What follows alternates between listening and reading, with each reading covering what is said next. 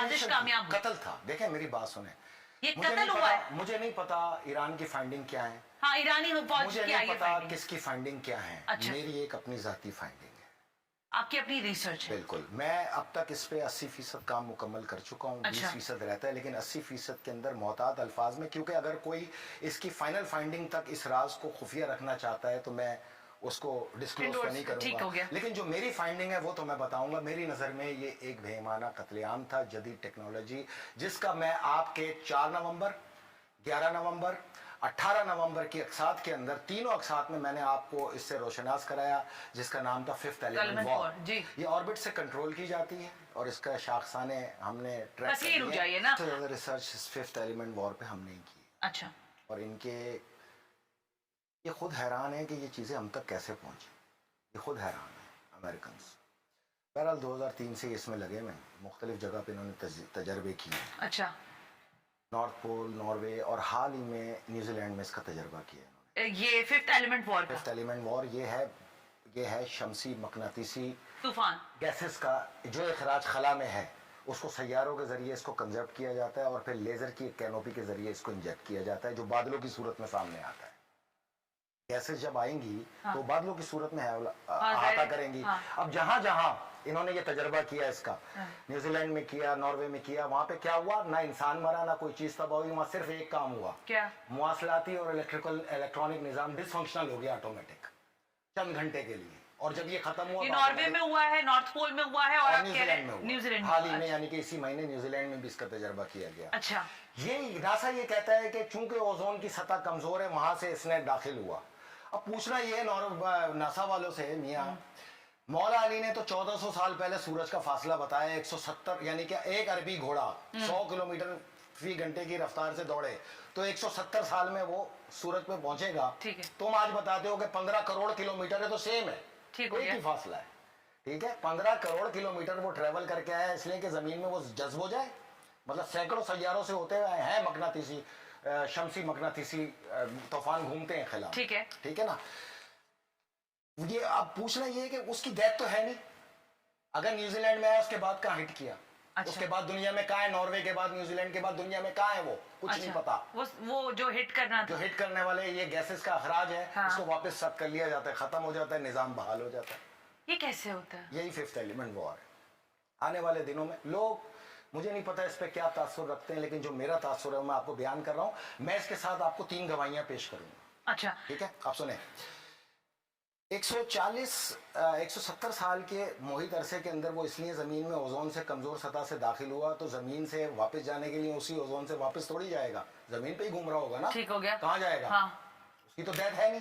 सही है। वो तो मकनातीसी तूफान है। हाँ। उससे ना कोई बंदा मरेगा, ना घर तबाह होगा, ना कोई हथियार तबाह होगा, कुछ नहीं होगा। अच्छा। अलावा एक जो भी इलेक्ट्रॉनिक और मुवासलाती निजाम के तहत, यानी कम्युनिकेशन, हाँ। वो डिसफंक्शनल हो जाएगी। अच्छा, जो भी कम्युनिकेशन चीज है वो डिसफंक्शनल हो जाएगी। अब इस दिन के अंदर मैं आपको बताऊं कि जिस वक्त ये हादसा पेश आया, सबसे पहले ठीक 7:45 शाम इसराइल के मीडिया पे सदर रईसी की डेथ की खबर को अनाउंस कर दिया गया। इस खबर को सबसे पहले नेतन्याहू ही आगा था, उसने अपनी कैबिनेट के मशवरे से इसको रिलीज कराया अपने मीडिया के ऊपर। सुबह 5:40 तक दुनिया में एक सवाल उठा इसी मीडिया के ऊपर कि जब ईरान ने इसको फाइंडिंग नहीं दी, तुम्हें कैसे पता वो शहीद हो गए। ये चीज उनके लिए लम्हा फिक्रिया बनी। 5:40 पे सुबह फजर के वक्त में इन्होंने डिलीट कर दी है खबर तमाम साइट्स पर से, और 10:15 पर सुबह ईरानी फाइंडिंग आने के बाद दोबारा इन्होंने नशर की और उसमें ईरानी जराए का जिक्र दिया। ठीक हो गया। ठीक है, तुम्हें कैसे पता था? अच्छा, तुमने कैसे वो खबर को रिलीज किया अपने डेथ की, जबकि अभी तक दुनिया को मुकाम का ही नहीं पता था कि ये गिरा किधर है। ठीक है, तुम्हें ही पता था। अजरबैजान की हकीकत को जानने के लिए मैं आपको बताता चलूं कि अजरबैजान की अक्सरियत आबादी शिया है, लेकिन कंट्रोल टोटल वहां पर मोसाद, CIA और रॉ का है। पूरा अजरबैजान उनके मैकेनिज्म का दूसरा नाम है, जो ईरान की सरहद के ऊपर बर्पा किया गया और वहां पे अड्डे बनाए गए, वहां से मवासलात चेक किए गए। जब हेलीकॉप्टर की परवाज हुई तो 100 किलोमीटर के रेडियस पे दोनों रेडार काम कर रहे थे, अजरबैजान का भी और ईरान का भी। 30 किलोमीटर के फासले पे अंदर आते के साथ ही वहां पर, अब मैं इसमें 3 गवाह पेश कर रहा हूं आपको कि हुआ क्या। 2 हेलीकॉप्टर बचे। हाँ जी बिल्कुल। 2 पायलट बचे। बिल्कुल सही। दोनों के इंटरव्यू आज से 2 दिन पहले लाइव नशर हुए। हाँ, ठीक हो गया। सबसे आगे था ईरान के सदर का हेलीकॉप्टर। हाँ, जिसके इंचार्ज कैप्टन मुस्तफी थे। कैप्टन गुलाम हुसैन इस्माइली। हाँ, वो मुस्तफी जो थे वो उनके सदर के जी सदर वाले थे, लेकिन हाँ। जो दूसरे पायलट ने इंटरव्यू नशर हुआ है, उनकी बात नहीं कर रही। हाँ, उनका नाम है गुलाम हुसैन इस्माइली, जी जो लाइव नशर हुआ है। हाँ बिल्कुल ठीक कह रहे हैं। उनके मुताबिक सदर का हेलीकॉप्टर आगे था और बतला साफ था। हाँ, बिल्कुल ठीक कोई है। इशू नहीं था, कोई प्रॉब्लम नहीं थी, हाँ। दूर दूर तक कोई बादल नहीं था। हाँ। लेकिन अचानक क्या हुआ, अनबिलीवेबल तौर पे सदर के हेलीकॉप्टर के सामने एक बादल आ गया। ठीक हो गया। हमने सदर का हेलीकॉप्टर बादल की तरफ दाखिल हुआ, हम 500 मीटर पीछे थे, तो हमने बादल के ऊपर से परवाज को ले जाना बेहतर समझा। जब हम बादलों की परवाज क्रॉस कर गए तो असूलन सदर का हेलीकॉप्टर आगे होना चाहिए था, जो नहीं मिला, जिसके बाद 1.5 मिनट पहले की कम्युनिकेशन में हमारा राब्ता था और 1.5 मिनट हमारा राब्ता नहीं रहा, तो 1.5 मिनट हमने उस बादलों के ऊपर परवाज की, जिसके बाद सदर का बादल नहीं, वो हेलीकॉप्टर नहीं मिला। अब सदर के हेलीकॉप्टर को उनका मुवासलाती जो राब्ता था वो मुनक़ता हुआ बादल में दाखिल होते के साथ ही। अब जो कुछ था वो बादल में था। दुनिया में तमाम तैयारे बादलों में ट्रैवल करते हैं, कहीं भी कम्युनिकेशन नहीं खत्म होता, लेकिन यहाँ पर 2 हेलीकॉप्टरों का कम्युनिकेशन इसलिए बरकरार रहा कि वो बादल के ऊपर से परवाज कर गए, और सदर का हेलीकॉप्टर इसलिए वो बादल में ट्रैवल कर गया, वो अंदर ट्रैवल कर गया, तो वो मगनतीसी तूफान था ना, जिसको लेजर के जरिए ऑर्बिट से वहां पर फौरी तौर पर बपा किया गया। उनके अल्फाज सुने, वो कह रहे हैं कि अचानक एक बादल आया जो दूर दूर तक नहीं था और अचानक आ गया। ये बात और सदर के हेलीकॉप्टर के सामने आ गया, तो उनके पास वक्त नहीं था कि ऊपर से ट्रैवल करते, हम कर गए, वो अंदर दाखिल हो गए। अंदर दाखिल होते के साथ ही सदर के हेलीकॉप्टर का तमाम निजाम डिसफंक्शनल हो गया, along with the black box, communication राब्ता और इलेक्ट्रॉनिक निजाम जैम हो गया, जिसकी वजह से सदर का हेलीकॉप्टर इंपैक्ट पे गया नीचे जमीन के ऊपर, और वो वहां पे जाके लगा। नेतन्याहू मिठाई बांटने के लिए, तुम्हें मैं ये बताता चलूं कि अल्लाह ताला बहुत बड़ा है, उसने इस हादसे में भी एक को जिंदा रखा 2 घंटे के लिए। उनका नाम था आयतुल्लाह मोहम्मद अली आले हाशिम, जो इमाम जुम्मा तबरेज थे, जिनका सदारती महल में राब्ता हुआ इस हादसे के बाद गिरने के बाद। ओके। जब फोन किया गया उनके नंबर पे, तो वो शदीद जख्मी हालत में, उन्होंने 16 से 17 मिनट गुफ्तगू करके तमाम हालात बताए। मैं ज्यादा नहीं बताऊंगा, लेकिन इतना बताऊंगा, ये कंफर्म था कि उनके अल्फाज भी ये थे कि दूर दूर तक कुछ नहीं था, अचानक बादलों का टुकड़ा आया, जिसके बाद ब्लर हो गए सारे शीशे और हमें कुछ नहीं पता फिर हमारे साथ क्या हुआ, और हमने इम्पैक्ट में गए। ये उन्होंने वहां कम्युनिकेट कर दिया। तुमने तो मार दिया था, अल्लाह ने जिंदा रखा तुम्हें दुनिया के सामने आश्कार करने के लिए। और इसी फाइंडिंग पे डे फर्स्ट से ईरानियन गवर्नमेंट, रशियन और चाइनीज गवर्नमेंट ने ऑर्बिट से इसका तजिया करना शुरू कर दिया। ये फाइंडिंग कंप्लीट हो चुकी है, क्रॉस मैच हो रहा है। इंशाल्लाह 8 से 10 दिन में ये फाइंडिंग पूरी दुनिया के सामने आएगी, और आपको ये पता चलेगा कि जदीद निज़ाम के तहत हेलीकॉप्टर को डिसफंक्शनल करके मौत के घाट उतार। यानी आपके कहे के मुताबिक ये शमसी मखनातीसी तूफान के थ्रू एक बादल उस हेलीकॉप्टर के करीब आया। देखे ना, जब मैं एक चीज पूछूं, सवाल, इतनी एक्यूरेसी कैसे हो सकती है? आपको पता है ये मुवासलाती निजाम जितना भी खलाई चलता तो मुवासलात से ही है ना, एक्यूरेसी में इसमें मसला क्या है? हर चीज रडार के ऊपर मौजूद है ना।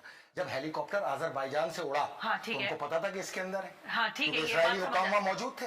अजरबैजान का तमाम दिफाई निजाम है ही इसराइलियों के पास। देखे, अजरबैजान है शिया स्टेट, ईरान है शियान अली की स्टेट। दोनों में जमीन आसमान का फर्क है। शिया वो होता है जो दीन और दुनिया के साथ चलता है, शियान अली वो होता है जो सिर्फ और सिर्फ दीन के रास्ते पे चलता है। ये मुझे ये बताए ना कि ये जब आप ये बात कह रहे हैं, तो ये आई एम सॉरी लेकिन आपको बुरा लगे, लेकिन ये डाइजेस्ट होना बहुत ना करो। कुछ दिनों में फाइंडिंग आएगी, खुद बोलोगे तो मेरी फाइंडिंग है ना, मैं हूं इसका जिम्मेदार, मैं हूं इसका फायदा किसको? देखिए इब्राहिम रईसी, देखिए मैंने इसीलिए पहले भी आपसे फायदा क्या है? फायदा देखिए, इसराइल का सबसे बड़ा इसमें ये फायदा है कि वो जो ईरान ने हमला किया, पीठ पे छुरा घोंप के आंखें बंद करके उसने वो बदला लिया। अमेरिका का और यूरोपीय ममालिक का क्या फायदा है कि वहाँ पे एक बहुत बड़ी सोरिश उठी हुई थी आवाम की, तुलबा की, जो उनके खिलाफ मुजाहरे कर रही थी।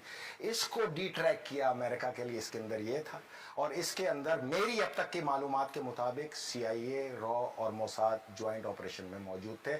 इसको कंट्रोल अजरबैजान ही से किया जा रहा था। वेल एक ब्रेक ले रहे हैं, ब्रेक का कहा जा रहा है। वेलकम बैक, हम ब्रेक पर थे। ब्रेक से पहले सेंटर फैसल अजाब्दी ने कहा कि इब्राहिम रईसी साहब के हेलीकॉप्टर का जो हादसा है उनकी रिसर्च के मुताबिक वो कत्ल साबित कर रहे हैं इसको, और पहुंचा रहे हैं उस रिसर्च तक जिसमें फिफ्थ एलिमेंट वॉर की बार बार बात कर रहे होते।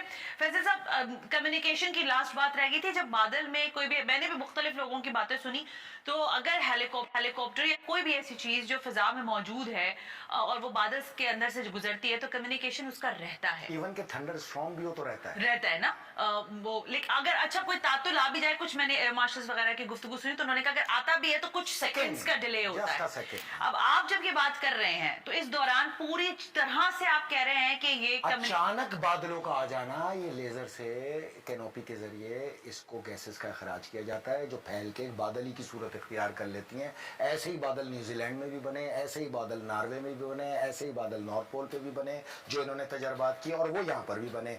मैं आपसे ये कह रहा हूँ ये मकनातीसी तूफान राइज करने के बाद वापस सक कर लिया जाता है जिसके बाद निजाम बहाल हो जाता है। तो आप जब बादल में गए हैं, कम्युनिकेशन तो वहां खत्म हुआ है ना, और इस जिन के अंदर अल्लाह ने एक चशमदीद गवाह को जिंदा रखा। किसी ब्लैक बॉक्स की जरूरत नहीं है, किसी कोई साजिश नहीं है इसमें। ये उनकी जो गुफ्तगू है वो रिकॉर्ड पर है, बहुत जल्द मंजर-ए-आम पे आएगी, तर्जुमे के साथ आएगी, और उसके साथ रशिया, चाइना, ईरान की मुश्तरका फाइंडिंग आएंगी। चूंकि हम उनकी फाइंडिंग से वाकिफ नहीं है अभी तक, ये हमारे अपने नतीजे अखज़ किए हुए हैं और इसमें गवाहों के तौर पे इनको लिया हुआ है। बहरहाल बड़ा प्रोपेगेंडा, दुनिया में प्रोपेगेंडा, आवाम का प्रोपेगेंडा, कि पूरी दुनिया में ये बताया था कि ईरानियों ने अपनी आवाम को जब्त कर रखा है। ईरान की आवाम ने करोड़ों की तादाद में निकल के जो यकजहती दिखाई है, अमेरिका जितने मुजाहरे रोकना चाहे अब उसमें दुगनी ताकत आएगी इस आवाम की निशानदेही की सूरत में। और हकीकत बात है, मैं अक्सर सोचा करता था इमाम हुसैन की इतनी ताकत थी, क़याम की ज़रूरत क्या थी। हकीकत यह है कि इमाम हुसैन का क़याम ना होता तो यजीद का इस्लाम ही दुनिया में राइज होता इस्लाम। और यहाँ पर अब जो सूरत हाल है, जो सूरत हाल बादशाहों ने इस्लाम की बना रखी है, अगर इस्लाम का ये ईरान का चेहरा सामने ना आता तो ये बादशाहों का इस्लाम ही पूरी दुनिया में इस्लाम डिक्लेयर हो जाता, क्योंकि दुनिया के लिए वो कबूल तरीन है, उन्हीं के मुताबिक है।